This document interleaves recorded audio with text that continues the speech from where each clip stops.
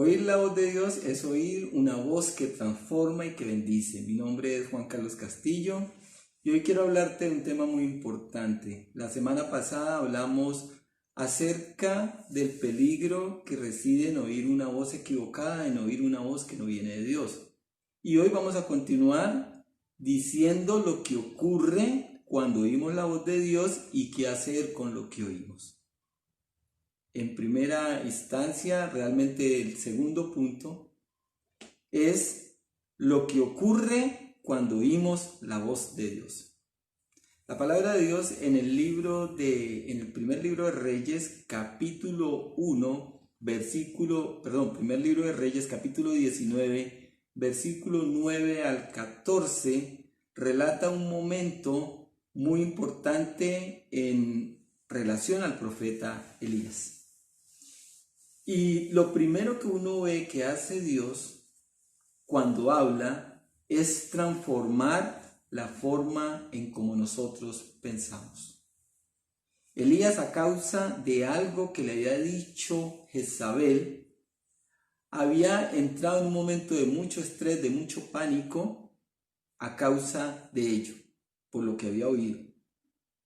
Pero cuando Dios habla, las cosas realmente empiezan a cambiar. Y para transformar nuestro pensamiento, vamos a ver algunas cosas a las cuales el Señor lleva a Elías para transformar, para modificar la forma de pensar que traía. Lo primero que hace el Señor es hacer que Elías observe lo que está pensando. A causa de lo dicho por Jezabel, Elías había desarrollado un pensamiento catastrófico que consiste en llevar las cosas al peor escenario.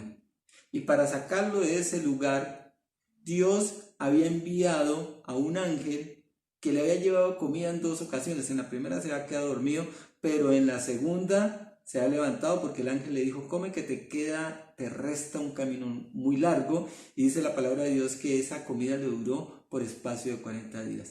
Pero cuando llegó al sitio que lo había enviado el ángel, que le había ordenado el ángel que fuera, que era el monte de Oreb, el monte de Dios, un lugar muy simbólico, el cual ya había recorrido Moisés cuando Dios lo llamó, pero de igual forma Moisés se llenó de una serie de excusas y responde de forma contraria al llamado que Dios le está haciendo por el temor que había en él. Finalmente Moisés accede. Y es a ese lugar especial al cual lleva Dios al profeta Elías para sacarlo de ese sitio donde se había metido, y hace que Elías vacíe la mente, descargue la mente de todas esas cosas que tiene. Y más o menos en el versículo 9, versículo 10, Dios le dice a Elías: ¿qué haces aquí, Elías? Y Elías le responde al Señor: he tenido un vivo celo por ti. Buscan a tus profetas para degollarlos, han profanado la alianza, y aparte de eso han quitado tus altares y han colocado los altares a Baal. Y Dios le permite a Elías que observe lo que está pasando con el propósito de sacarlo, más que de un lugar, es de la forma en como él estaba pensando. Y eso es lo que Dios hace en este tiempo con nosotros. Dios no le está pidiendo que niegue la realidad. Dios le está pidiendo a él que salga de esos pensamientos que trascienden la realidad que él está viviendo. En este momento estamos pasando una situación de crisis a nivel de muchos países. Las finanzas, los hogares, las peleas que se están generando. Y esa es la realidad. Y cuando vimos eso, nos imaginamos que cada vez las cosas son peor y las llevamos al escenario mayor, al escenario más cruel. Y Dios no quiere que llevemos las cosas a ese nivel. Dios quiere sacarnos de ese nivel negativo donde se ha sumergido Elías, donde a veces nos sumergimos, llevarnos a otro nivel. Y lo primero que Dios le hace a Elías es que observe los pensamientos, porque a veces lo que pensamos es mucho mayor que lo que realmente es. Y es lo primero que hace el Señor. Lo segundo que hace el Señor para modificar el pensamiento catastrófico de Elías es llevarlo a que tome control sobre esos pensamientos. Y ya Elías ha venido avanzando, porque si logramos tomar control sobre los pensamientos, vamos a saber cómo manejarlos, o por lo menos vamos a estar menos estresados. Y otra cosa que hace Dios para modificar el pensamiento de Elías es llevarlo a que enfrente esos pensamientos para que sepa cuál es la realidad. Así es de que Dios le dice a Elías que se regrese por donde llegó. Elías en ese recorrido va hasta el sur, al monte de Dios, y luego el Señor lo hace regresar hacia el norte, un poco más allá de donde estaba Jezabel. Ve, regrésate por el camino, enfrenta el problema, enfrenta tus pensamientos.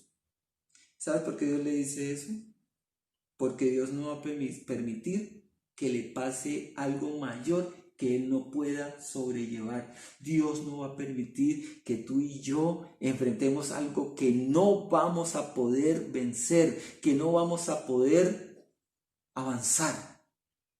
Y eso es lo primero que uno ve que hace Dios, o que sucede mejor, cuando Dios habla. Es una de las primeras cosas que ocurren cuando Dios habla. Cuando Dios habla es que nos reorienta para cumplir el propósito para el cual nos ha creado. Elías se había desviado del camino totalmente, había ido a otro lugar que no era el cual Dios lo había enviado por el temor que han causado esos pensamientos. Así es de que Dios lo llama y no le cambia la misión, no le dice, venga, váyase para otro lado diferente, siga huyendo, siga escondiéndose, sino que Dios le dice a Elías nuevamente que cumpla la misión, porque Dios no va a terminar hasta que no cumpla la misión en Elías, y Dios no va a descansar hasta que no termine la misión, el propósito para el cual te ha creado, que es un propósito de bendición, que es un propósito de transformación. Y así es de que Dios lo reorienta, y Dios hoy vuelve y nos reorienta. Nos dice, el lugar de temor al que estás yendo no es el lugar a que yo quiero que vayas. Nos va a reorientar y nos va a reasignar la misión que nos ha entregado.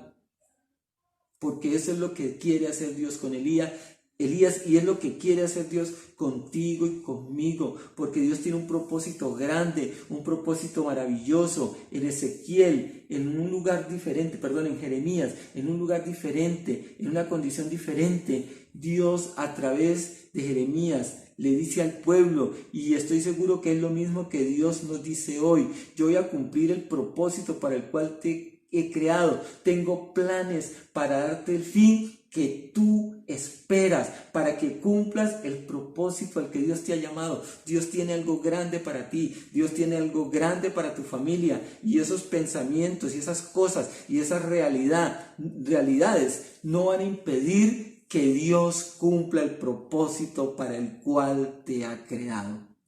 La semana próxima, con el favor del Señor, vamos a hablar acerca de qué hacer con esos pensamientos, qué hacer con esas cosas que dicen otros y que dice el Señor. Vas a notar, vas a ver la gran bendición que hay, y estoy seguro que con lo que hoy hemos dicho hay una gran bendición. Dios está modificando nuestra forma de pensar para reorientarnos y que cumplamos su propósito, un propósito de bendición. Así es que durante esta semana, lo mejor para ti. Permíteme orar. Padre Celestial, gracias por tu amor. Gracias, Señor, porque cuando tú hablas, transformas nuestra forma de pensar, modificas nuestra forma de pensar para que alcancemos la bendición, el propósito para el cual tú nos has creado. Gracias, Señor, porque tú nos reorientas para cumplir ese propósito, para bendecirnos y darnos el fin que esperamos. Gracias, Señor. Bendigo tu vida y le pido al Señor que te llene con su Espíritu Santo en el nombre de Jesús.